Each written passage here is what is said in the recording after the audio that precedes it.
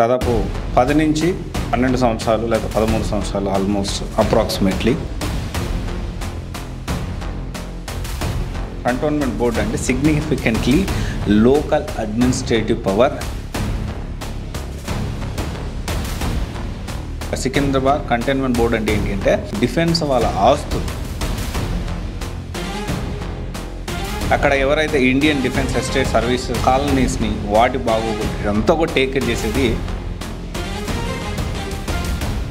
దాదాపు 10 నుంచి 12 సంవత్సరాలు లేదా 13 సంవత్సరాలు ఆల్మోస్ట్ అప్రాక్సిమేట్లీ వర్క్ చేసింది మేడం ఈ సర్వీస్లో. దాని గురించి మనం మాట్లాడుకుందాము. ఆల్మోస్ట్ 2008 నుంచి 8, 9, 10 టైంలో యూపీఎస్సీ క్రాక్ చేసి ఇండియన్ డిఫెన్స్ సర్వీసెస్ ఐడిఎస్ అని ఉంది.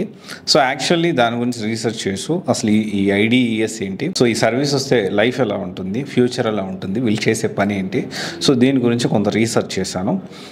యాక్చువల్లీ మేడం ఐఏఎస్ అవ్వలేదు, యూపీఎస్సీ క్రాక్ చేసి 12 సంవత్సరాలు చేసిన ఉద్యోగం ఇది. ఓకే, ఇది వచ్చేసి ఏంటి అంటే దీనికి సంబంధించి ఇక్కడ అసలు ఏంటి 12 సంవత్సరాలు చేసిన ఉద్యోగం ఏంటి, దాని బెనిఫిట్స్ ఎలా ఉంటాయి, శాలరీస్ ఏంటి.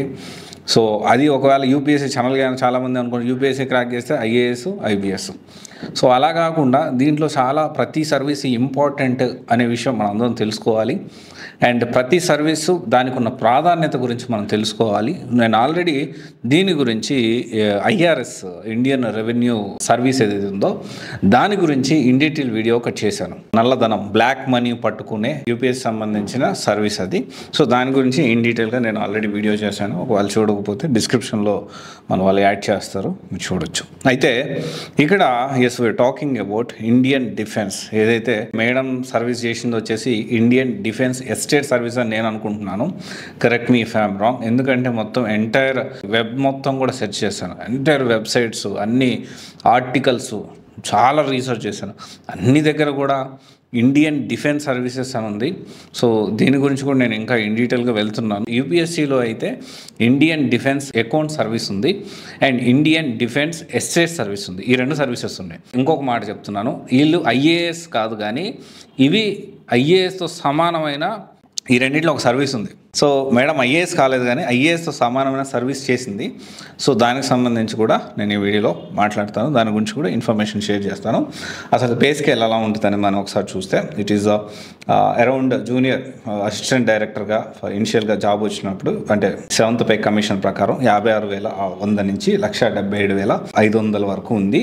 అప్రాక్సిమేట్లీ సీనియర్ అయ్యే కొద్దీ హైయెస్ట్ పే అయితే దాదాపు 2,18,000 దాకా ఉంది. అడిషనల్ బెనిఫిట్స్ అనేవి ఉన్నాయి. డిఆర్ఎన్ఎస్, డిఏ, ఒకవేళ ఇన్ఫ్లేషన్ అనే దాన్ని బట్టి అంటే పెరిగిన రేట్లను బట్టి జీతం అనేది పెరుగుతుంది. దీంతోపాటు హౌస్ రెంట్ ఎలివెన్స్, ఒకవేళ క్వార్టర్స్ కానీ అక్కడ అవైలబిలిటీ లేక మోస్ట్లీ క్వార్టర్స్ ఇస్తారు, లేకపోయినా హౌస్ రెంట్ ఎలివెన్స్ ఇస్తారు. దీంతోపాటు టీఏ ట్రావెల్ ఎలివెన్స్ ఇస్తారు, along with driver, car service కూడా ఇస్తారు రెండింటికి కూడాను. ఐడిఏఎస్కి, ఐడిఈఎస్కి. దీనికి సంబంధించి ఐడిఏఎస్ అంటే Indian defence account service, IDES అంటే ఇండియన్ డిఫెన్స్ ఎస్టేట్ సర్వీసు. దీని గురించి కూడా మనం మాట్లాడదాము. అండ్ తర్వాత వచ్చేసి మనము promotions, vigilance, clearance and time in service అంటే విజిలెన్స్ అధికారులు అండ్ వీళ్ళు ఎప్పటికప్పుడు మనల్ని గమనిస్తూనే ఉంటారు. అండ్ దీంతోపాటు మనకి ఈ మంచి వర్క్ ఎన్వైర్న్మెంట్ అనేది మంచిగానే ఉంటుంది. డెఫినెట్లీ రెండింటికి కూడాను మంచి ప్రయారిటీ అయితే ఉంది. ఆ ప్రయారిటీ ఏంటో కూడా మనం డిస్కస్ చేయడానికి ప్రయత్నం చేద్దాము. అయితే ఈ ఇండియన్ డిఫెన్స్ సర్వీస్ ఏదైతే ఉందో Indian defence account service, already డిఫెన్స్లో పనిచేసిన వాళ్ళకి అండ్ దీనికి సంబంధించి రిటైర్డ్ అయిన వాళ్ళకి ఇప్పుడు ఏమవుతుందంటే ఒక దగ్గర నుంచి ఇంకొక దగ్గర ట్రాన్స్ఫర్ అయినప్పుడు ఇక్కడికి అక్కడికి డిఫరెన్స్ ఉంటుంది. దాన్ని బట్టి వీళ్ళు రిటైర్మెంట్ అయినప్పుడు దాని సెటిల్మెంట్ కానివ్వండి ప్రతిదీ కూడా చాలా జాగ్రత్తగా కొన్ని లక్షల మంది ఏవైతే వాళ్ళకి టైం టు టైం జీతాలు పడడం కానివ్వండి, టైం టు టైం వీళ్ళు చేంజ్ అయినప్పుడు ప్రమోషన్స్ వచ్చినప్పుడు ఇక్కడి నుంచి అక్కడికి ట్రాన్స్ఫర్స్ అయినా కానీ ఈ శాలరీస్ అనేవి వేరే ఉంటాయి. వీళ్ళకి ఏరియాని బట్టి ఇక్కడ ఒక శాలరీ ఉంటుంది, అక్కడ ఏరియాని బట్టి ట్రాన్స్ఫర్ అయితే ఇంకొక శాలరీ ఉంటుంది. ఇవన్నీ కూడా ప్రాపర్గా మెయింటైన్ చేసేవాళ్ళు, మేనేజ్ చేసేవాళ్ళు Indian defence account service. And ఇది డెఫినెట్లీ ఆఫీస్ జాబ్ ఇది. సో ఇదేం ఫీల్డ్ జాబ్ కాదు. డ్రెస్ కోడ్ అంటే జనరల్గా ఒక ఐపీఎస్ అంటే పోలీస్ అట్లా యూనిఫామ్ ఉంటుంది, అలాంటి యూనిఫామ్ అయితే ఉండదు. సో అండ్ దీంతోపాటు ఇండియన్ డిఫెన్స్ ఎస్టేట్ సర్వీస్ ఏదైతే ఉందో దీని గురించి మేడం వర్క్ చేసింది. దాదాపు 12 సంవత్సరాలు ఏం వర్క్ చేసింది. So correct me if I'm wrong. నాకు తెలిసినంత వరకు అయితే నేను సేకరించిన సమాచారం ప్రకారం అయితే మనకి ఆన్లైన్లో చాలా సోర్సెస్ నుంచి మనకు తెలిసిన ఇన్ఫర్మేషన్ అయితే దాదాపు 12 సంవత్సరాలు పనిచేసింది. అండ్ దీనికి సంబంధించి we can call this people as CEO of cantonment zones. Cantonment zone అంటే ఏంటి, ఈ కంటోన్మెంట్ ఏరియా అంటే ఏంటి అనేది మనం ఒకసారి గమనించుకుందాము. సో ఈ కంటోన్మెంట్ బోర్డ్ అంటే significantly local administrative power. It is equivalent to IAS or municipal commissioner. అంటే కమిషనర్ ఇప్పుడు జనరల్గా మనం ఇప్పుడు హైదరాబాద్లో చూసుకుందాము. మన హైదరాబాద్లో GHMC ఉంది, గ్రేటర్ హైదరాబాద్ మున్సిపల్ కార్పొరేషన్. దీంతోపాటు సికింద్రాబాద్ కంటైన్మెంట్ బోర్డ్ అని ఉంది. సికింద్రాబాద్ కంటైన్మెంట్ బోర్డ్ అంటే ఏంటి అంటే దీనికి సంబంధించి డిఫెన్స్ వాళ్ళ ఆస్తులు, ల్యాండ్స్, వాళ్ళకి కావాల్సిన వాళ్ళ కాలనీస్ ఉంటాయి, దానికి సంబంధించిన ఫెసిలిటీస్, వాటర్, తర్వాత ఈ ల్యాండ్స్ లిటిగేషన్స్లో ఏమైనా ఉంటే దాన్ని కాపాడుకోవడం, ఈ ల్యాండ్స్ని ఎవరు ఆక్రమించుకోకుండా దాన్ని కాపాడడం, కోర్టుల్లో కేసులు నడుస్తూ ఉంటాయి. దీంతోపాటు ఈ డిఫెన్స్ యొక్క ఆస్తుల్ని, ఎస్టేట్ ఏదైతే ఉందో దానికి సంబంధించిన ఆస్తుల్ని పరిరక్షిస్తూ and at the same time అక్కడ ఎవరైతే ఇండియన్ డిఫెన్స్ ఎస్టేట్ సర్వీసెస్ ఏదైతే అంటే దానికి సంబంధించిన కాలనీస్ని వాటి బాగోగులు ఎంతో కూడా టేక్ కేర్ చేసేది ఇండియన్ డిఫెన్స్ ఎస్టేట్ సర్వీస్. ఇది వచ్చేసి ఏంటి అంటే powers are similar to IAS but limited to defence cantonment area వరకు లిమిట్ అయి ఉంటుంది. So much less political influence అయితే చాలా ఉంటుంది. పర్క్స్ అయితే ఆల్మోస్ట్ సిమిలర్గా ఉంటుంది. సో ఇక్కడ మనం చూసుకుంటే నేషనల్ మొత్తం కూడా ఇది UPSC అంటేనే నేషనల్ సంబంధించిన సర్వీసెస్. అండ్ సో వీళ్ళకి సంబంధించి మెడికల్ కవర్ అవుతుంది. అండ్ తర్వాత వచ్చేసి హౌసింగ్ 2 BHK 3 BHK గవర్నమెంట్ ఇల్లు ఇస్తారు, ఫ్రీ ఎలక్ట్రిసిటీ, వాటర్, ఫోను ఇద్దరికి, ఇండియన్ డిఫెన్స్ అకౌంట్ సర్వీస్ వాళ్ళకి ఇస్తారు, IDES కూడా ఇస్తారు, హౌస్ హోల్డ్ స్టాఫ్ లైక్ అంటే ఇక్కడ servants, security staff, so early career starting నుంచే ప్రొవైడ్ చేస్తారు. సో ఈ తర్వాత వచ్చేసి LTS దీనికి సంబంధించి డొమెస్టిక్ ట్రావెల్ అలవెన్స్ ఇస్తారు.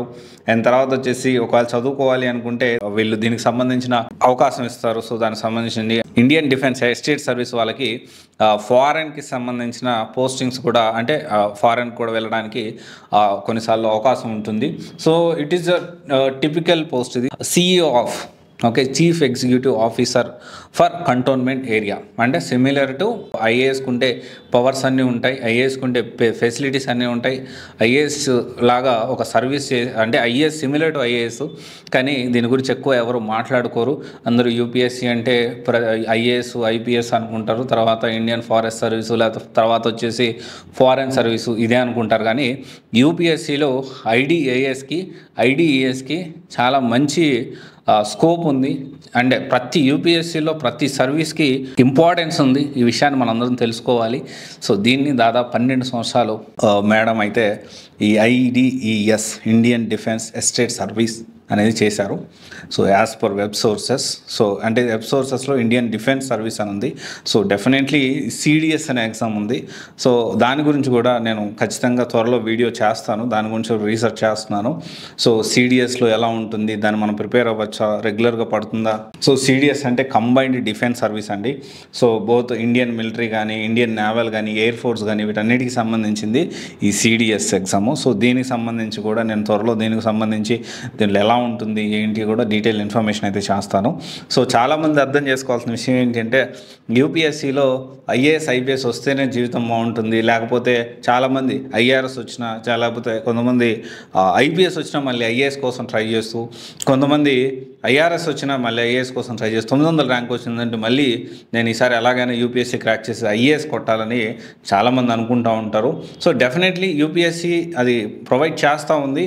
కానీ ఇది బ్యాక్ అంటే ఇప్పుడు ఆల్రెడీ పోస్ట్ కొట్టి వదిలేస్తే అది బ్యాక్లాగ్ పోస్ట్ అయిపోతుంది కదా. సో డెఫినెట్లీ ఒకరికి అవకాశం పోయినట్టు కదా. ఈ ఆస్పెక్ట్లో మేబీ ఆలోచించట్లేదేమో UPSC ర్యాంకర్స్.